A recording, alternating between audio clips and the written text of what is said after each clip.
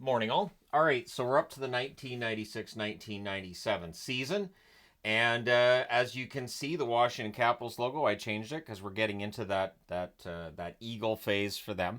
The Hartford Whalers logo, this is the last time that's going to be on the board. And the Arizona Coyotes logo is on the board. So let's go through where teams finished. The New Jersey Devils had a great regular season. Record of 45-23-14, 104 points. Scott Stevens, their captain. 231 goals scored, 182 goals against. So again, goals against just dropping like a rock. The Buffalo Sabres finished second by virtue of winning their division, 92 points, record of 40-30-12. Pat LaFontaine's their captain, 237 goals scored, 208 goals against. The Philadelphia Flyers finished 1 point behind New Jersey, so 103 points for them, record of 45-24-13, 274 goals scored, 217 goals against. They're captained by Eric Lindros. The Florida Panthers, 35-28-19 record, so 89 points. They're still captained by Brian Skrudland, 221 goals scored, 201 goals against. So they do get back to the playoffs. The year after they make it all the way to the Stanley Cup final, they do not have that playoff success again. The New York Rangers, who've now added Wayne Gretzky, the previous season, of course, had been traded to St. Louis. He wasn't there for all that long. He signs with the New York Rangers. He's playing with Messier again. 38-34-10 record for the Rangers, 86 points, 258 goals scored, 231 goals against. Messier is still team captain. The Pittsburgh Penguins, 38-36-8 record, 84 points, 285 goals scored, 280 goals against. So in an era where goals are coming down, tell Pittsburgh. Pittsburgh's not understanding either goals for or goals against. Both of them stay up. Mario Lemieux, still the captain. The Ottawa Senators make the playoffs for the first time. 77 points, a record of 31-36-15, 226 goals scored, 234 goals against. They're captained by Randy Cunnyworth. The Montreal Canadiens do make the playoffs. They're below 500, however. Record of 31-36-15, 77 points. 249 goals scored, 276 goals against. Pierre Turgeon is the captain in Montreal. Just below the playoff line, 2 points out, 75 points for the Capitals. They finished 33-40-9, 214 goals scored, 231 goals against. They're captained by Dale Hunter, who we will talk about later on.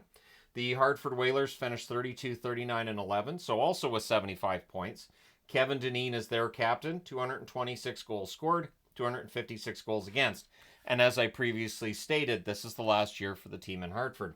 The Tampa Bay Lightning finished 32-40-10, so 74 points. A lot of teams very close to that playoff line. 217 goals scored by Tampa, 247 goals against. They're captained by Paul Yzerbark. The New York Islanders finished 29-41-12, so 70 points for them. 240 goals scored, 250 goals against. No captain listed for that season. They did go back to the Right Islanders logo. The fishermen last 1 year. The Boston Bruins, 26-47-9. They bottom out, 61 points. Ray Bourque still captain. 234 goals scored, 300 goals against. 300. New Jersey allows 182. Boston allows 300. And they're being mismanaged is really what's going on in Boston at this point. Adam Oates had some statements about the way that things were being run in Boston, so they shipped him out of town. In the West, Colorado, after winning the Stanley Cup, they finished first in the West and first overall, 107 points. Notice I'm not wearing a Colorado jersey. 49-24-9 record for the Avs, who are still, of course, captained by Joe Sakic. 277 goals scored, 205 goals against.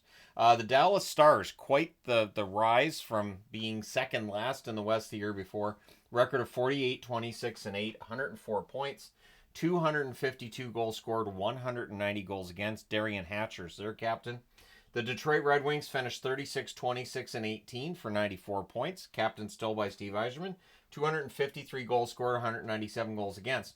And it's interesting because they're 10 games above 500, but since they had 131 points the year before, the conversation is maybe Detroit's best chance is gone.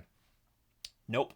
Anaheim finishes 36-33-13 on the season, 85 points, 245 goals scored, 233 goals against. They're captained by Paul Kariya. Some solid success there for the Ducks, who are in the playoffs. I believe that's their first time in the playoffs. Arizona, in their first year there, they go to the playoffs. Record of 38-37-7, 83 points, 240 goals scored, 243 goals against. They're captained by Keith Tkachuk. And honestly, to start with, the Coyotes had some pretty decent teams. But when we look back at the team's history from when they got there until now they're moving to Utah, not a lot of success. St. Louis 36, 35, and 11, so they also had 83 points.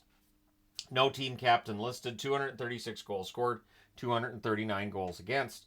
The Oilers make the playoffs with 81 points, record of 36, 37, and 9. 252 goals scored, 257 goals against. Kelly Buchberger is their captain. Chicago finishes 34, 35, and 13, 81 points, 223 goals scored, 210 goals against. Chris Chelios is the captain in Chicago. Vancouver finishes outside the playoffs. Some dark times ahead for them. 77 points, a record of 35, 40, and 7. 257 goals scored, 273 goals against. This skate logo is going away. They're going to be going to the Orca here. I think the Orca was 97. Either way, when the Orca came in, it was a tough time for Vancouver, and I think that's part of the reason it got the negative reception that it did. The Calgary Flames, 32, 41, and 9, 73 points, captained by Theo Fleury. 214 goals scored, 239 goals against. And as all these teams are moving or talking about moving, there's some concern about the Calgary Flames and their ability to stay in that city. Toronto finishes 30, 44, and 8, 68 points, still captained by Doug Gilmour.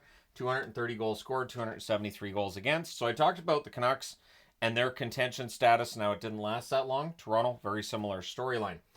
For the LA Kings, they finished 28, 43, and 11, 67 points. So their first full season without Gretzky.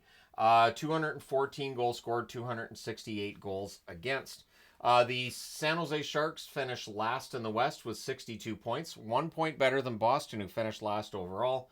Todd Gills, the captain in San Jose, they finished 27, 47, and 8. 211 goals scored, 278 goals against. This would also be the final season of Craig McTavish, who was the last player in the National Hockey League to not wear a helmet. And that, of course, was grandfathered in, so he didn't feel like he needed one. And I don't remember him ever getting a head injury, so it worked out pretty well for him. Goalies set a record that season with 127 shutouts, and they had 18 more in the playoffs. Lots of shutouts all around. This is a time where first goal gets scored and you can go, cool. So they won the game and turned the game off. Because 127 shutouts, that's more than 1 in 8. At this point in time, I think that's like 1 in 8 games are going to a shutout. It's something like that. It's ridiculous. The Bruins missed the playoffs for the first time in the expansion era. It had been 30 years since they had been outside of the playoffs, and that is a North American professional record when it comes to any North American Pro League. 29 straight seasons in the playoffs. Great record, but it fell apart because, again, Boston really mismanaged. March 26th of 1997, the Whalers announced the move. So this is before the season's technically done. And then they named Carolina as the destination on May 5th. So they're basically like, we can't play in this arena that's attached to a mall. We need a better arena and a better scenario and ability to make more money. And so they picked Carolina, which is, of course, right now, Carolina is very stable. But in the beginning, there was definitely a lot of doubt. Really up until about, 7 years ago, there was a lot of doubt about Carolina potentially as an NHL market. Team USA wins the 1996 World Cup of Hockey. First time on a major stage like that the Americans really best the Canadians with a best-on-best tournament. Now, 1980, of course, you have the Miracle on Ice, which is Olympics, but that was amateur, with the exception, of course, of the Soviets. They had a loaded team that year, but the Americans knock them off. Well, in 96, the Americans beat Canada, World Cup of Hockey. The ugly trophies awarded and all that fun stuff. We're going to get into some goalie stuff, but first, as I mentioned, Gretzky signs as an unrestricted free agent with the Rangers. His contract was coming up to a halt, to an end. And so when he goes to St. Louis, very quickly decides he's not going to stay in St. Louis. It was a matching of Gretzky and Hull, and there was a lot of people saying, hey, if Gretzky and Brett Hull can get that chemistry, who knows, but it just didn't work out. Marty Brodeur is the first goaltender to have 10 shutouts in a season since Ken Dryden in 1971-72. Hasek becomes the first goaltender to win the Hart Trophy since Jacques Plante in 1962. It's really the era of the goaltender. November 22nd of 1996, the Senators trade Pavel Demitra to the Blues for Krister Olsson. I'm going to go out on a limb and say the Blues win that trade.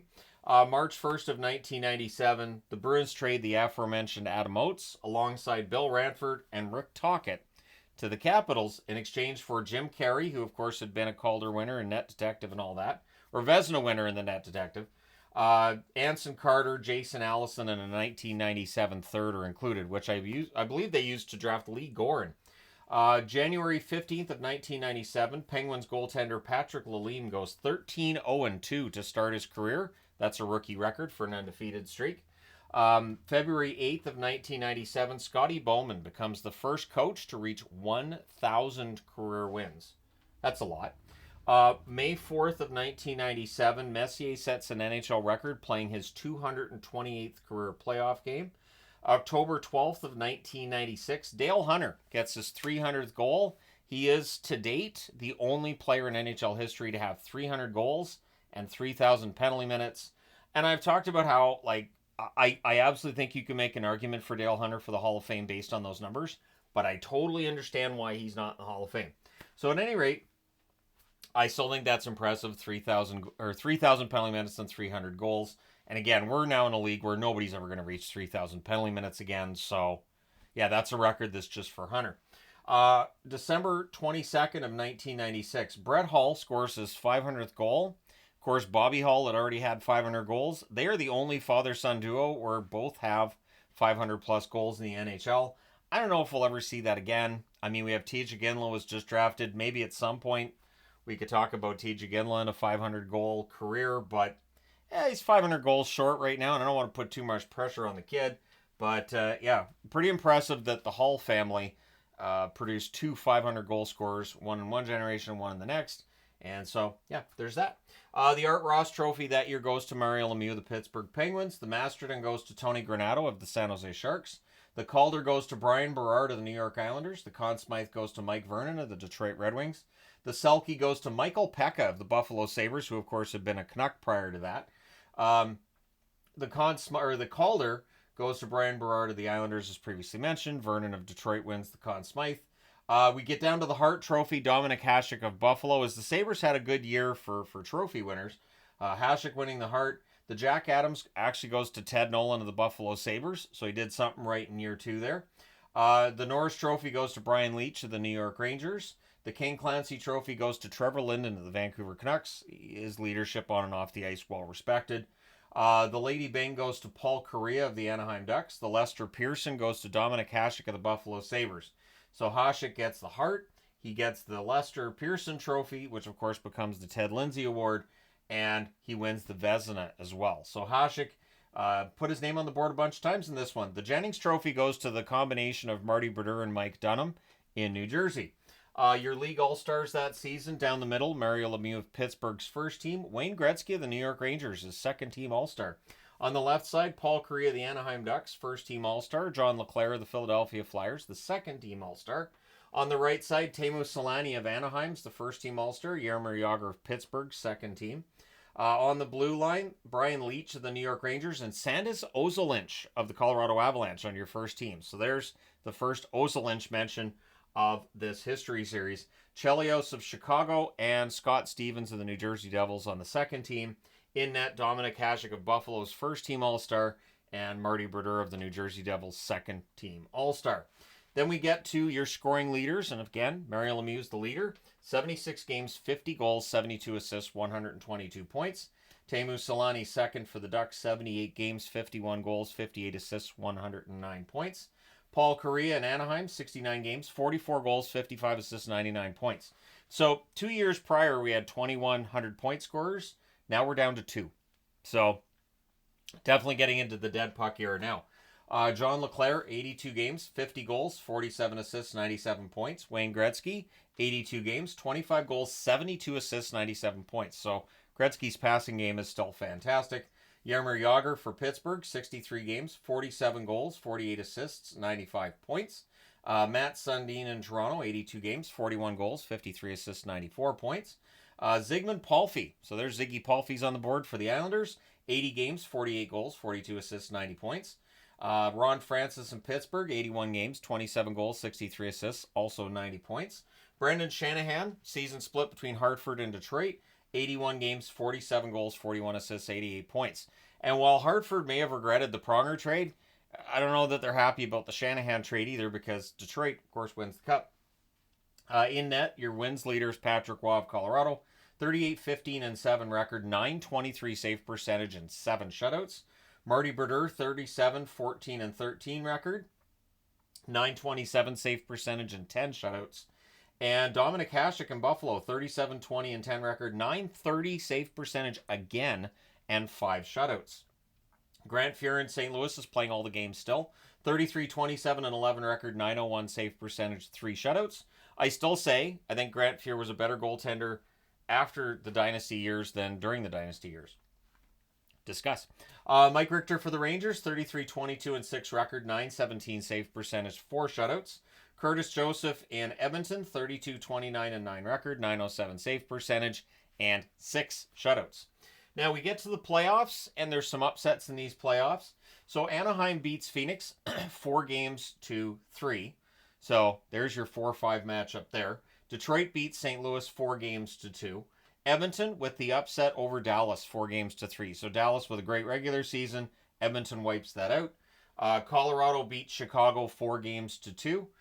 The New York Rangers beat Florida 4-1. So Florida's, the rats on the ice in that great story last 1 year. Philadelphia beats Pittsburgh 4-1. Buffalo beats Ottawa 4-3. So Ottawa makes the playoffs, and they give Buffalo everything they can handle. And New Jersey beats Montreal 4-1. So Montreal fans not very happy seeing how Patrick Waugh and the Avs are doing, and with the fact that Montreal, they make the playoffs, but they're out pretty quickly against New Jersey in that first round. In the conference semifinals, Detroit sweeps the Anaheim Ducks, so the upstart Ducks, no match for Detroit. Colorado beats Edmonton in 5. So Edmonton really didn't have an answer for Colorado, who were ridiculous at that time. Philadelphia beats Buffalo 4-1, and the Rangers beat New Jersey 4-1. So the Devils are back in the playoffs. They're a top seed, but the Rangers upset them in the second round. Which brings us to the conference final. Colorado wins at home in the first game 2-1. Detroit gets revenge with a 4-2 win in game 2. Detroit wins 2-1 and then 6-0 to go up 3-1. The series got a little bit testy. Colorado wins to stay in the series with another 6-0 win. So 2 6-0 wins, first by Detroit and then by Colorado. And then Detroit wins 3-1, and they win the series in 6 games. And again, the 1997 playoffs, the series between Detroit and Colorado really ramps up the hate between these two teams a lot. But Detroit emerges as the victory that time around. The Rangers in Philadelphia, so Gretzky gets all the way to a conference final here. But Philadelphia, they win at home 3-1. The Rangers then win 5-4 to even the series. Philadelphia goes into New York and wins 6-3 and 3-2 to take a 3-1 series lead. And they win at home 4-2 to take the series in 5 games. That brings us to the final. And we're in the era where the final is very often a sweep. Detroit, and the word at the time was that the Detroit-Colorado series felt like the Stanley Cup final. The Stanley Cup final itself did nothing to dispel that notion. Philadelphia loses both games at home by scores of 4-2 against Detroit, and then Detroit wins at home 6-1 and 2-1 to win the series in 4 straight games. So Fedorov had 3 goals, 3 assists in that Stanley Cup final. Yzerman had 3 goals and an assist. Shanahan had 3 goals and an assist as well. Mike Vernon, 944 save percentage. Absolutely worthy of that Conn Smythe trophy. Brindamore had 3 goals and an assist. LeClaire had 2 goals and an assist. And Lindros had a goal and 2 assists in the Stanley Cup final, which ends up being the only Stanley Cup final Eric Lindros plays in. So Philadelphia, a team that gets to the final a lot from 1980 up until 2010. They get in the finals quite a bit. They can't get over the hump in the final. Hextall had an 862 save percentage, so he ends up going back to Philly, which was great for his career. And Garth Snow, 857 save percentage. He's going to be a starting goaltender in the NHL. We're not quite there yet, though. So anyways, there you go. The 1996-1997 season, as a mature, older Gretzky, shows he can still play. He can still be one of the top 10 scorers in the NHL. So there you go. And don't be surprised when the scoring numbers keep dropping. Eventually, the NHL has to do something about it, and they get a whole season wiped out to think it over. But let me know your thoughts in the comment section below as always. Don't forget to hit like and subscribe in the event you haven't done so already. Thank you guys so much for all your support. I will talk to you again soon.